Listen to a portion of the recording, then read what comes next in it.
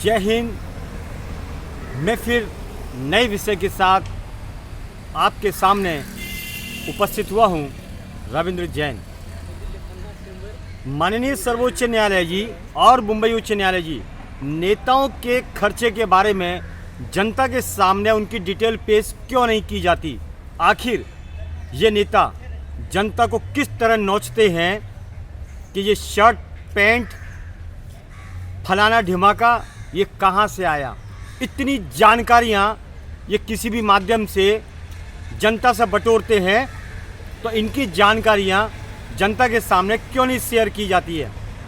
इनके अनाप शनाप खर्चे, अनाप शनाप गाड़ियों के खर्चे, अनाप शनाप इनके खाने के खर्चे, अनाप शनाप इनके डेकोरेशन के खर्चे, हर खर्चा फ्री मुफ्त जनता के पैसे पर जिस तरह ये अय्याशी करते हैं, काम के नाम पर अपना पेट और पेटियां भरते हैं, ये माननीय सर्वोच्च न्यायालय जी और मुंबई उच्च न्यायालय जी ये कहाँ तक उचित होगा?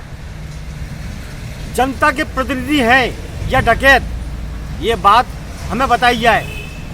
डाकुओं में और जनता की सेवा करने में कितना फर्क हुआ?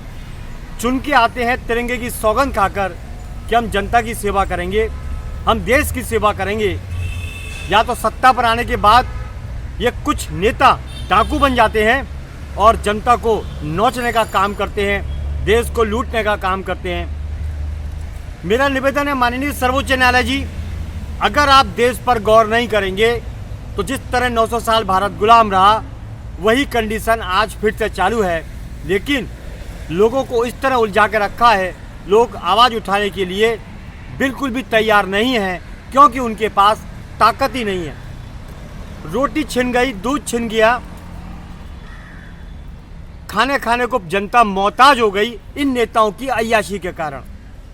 आप गौर करिए किस कदर महंगाई बढ़ी है जिसका कोई हिसाब नहीं, लेकिन इन नेताओं के ऊपर कोई फर्क नहीं। क्या होता है? कैसा संविधान, कैसा विधान, कैसा तंत्र, कैसा लोकतंत्र, कैसा प्रजातंत्र? इस तंत्र के बारे में माननीय सर्वोच्च न्यायालय जी आप कुछ तो बताइए कि यहाँ कौन सा तंत्र चालू है। हमें तो ऐसा लगता है यहाँ पर लूट तंत्र चालू है। लूट तंत्र, नशे का तंत्र, रिश्वत का तंत्र, वसूली का तंत्र, ऐसा तंत्र भारत में चालू है। आज कॉलेज के नाम पर कुछ बच्चे हमसे मिले और उन्होंने बताया कि वहाँ डोनेशन मांगा जाता है। किस बात का डोनेशन माननीय सर्वोच्च न्यायालय जी? 5-5, 10-10 लाख रुपए डोनेशन मांगा जाता है। ऐसे डोनेशन मांगने वालों को शिक्षा के मंदिर में ऐसा जघन्य कांड होता है, ऐसे लोगों को पकड़ा जाए, बीच चौराहे पे फांसी दी जाए। शिक्षा के मंदिर में डोनेशन, तो क्या माता पिता अपना घर बेच दें या खुद को बेच दें? और हर नेता की अय्याशी मुफ्त में, उसको डोनेशन हो, उसको हॉस्पिटल में एडमिट होना हो या उनको होटल में खाना खाना हो, हर चीज़ मुफ्त। माननीय देश की सेवा करने आते हैं, ये जनप्रतिनिधि हैं, इनके लिए कानून सख्त बने और हिदायत हो कि खर्चों पर कंट्रोल लगाया जाए और खर्चा बताया जाए। हर खर्चा जनता के पैसों के ऊपर, तो क्या जनता मेहनत करती जाए, अपनी खाल उधेड़ती जाए, अपना खून आप लोगों को पिलाए और जनता की सुविधा के नाम पर जनता को कुछ नहीं? रोड पर अवैध गड्ढे, महंगाई, नशे के कारोबार, थूक थूक के बम्बई को गंदा कर दिया या देश को गंदा कर दिया। वसूली के कारोबार, सिस्टम में कोई सिस्टम नहीं। कैसा भारत हो चुका, कैसा भारत का संविधान हो चुका। इतनी संस्थाएं भारत के अंदर मौजूद हैं, आखिर वो गोटियां खेलती हैं।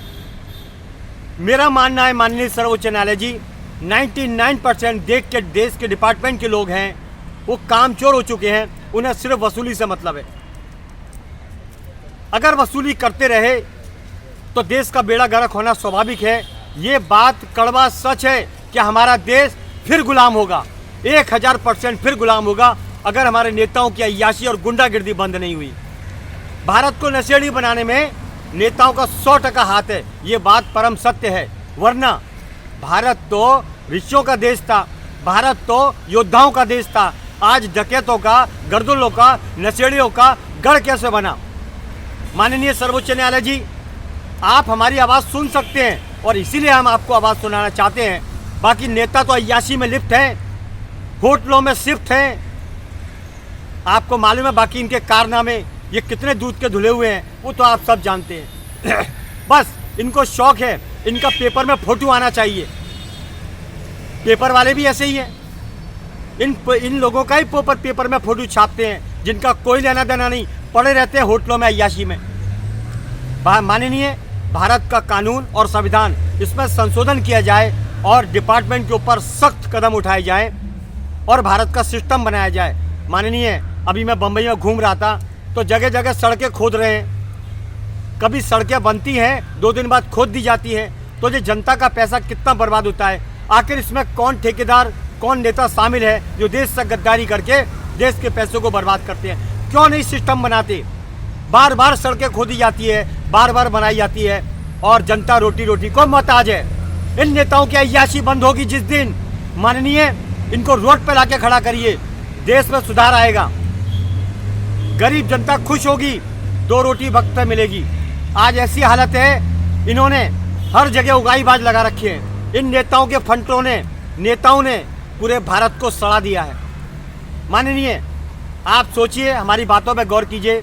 नए विषय के साथ देश हित में, जनता के हित में फिर हाजिर होऊंगा। मैं मुंबई से रविंद्र जैन। जय हिंद।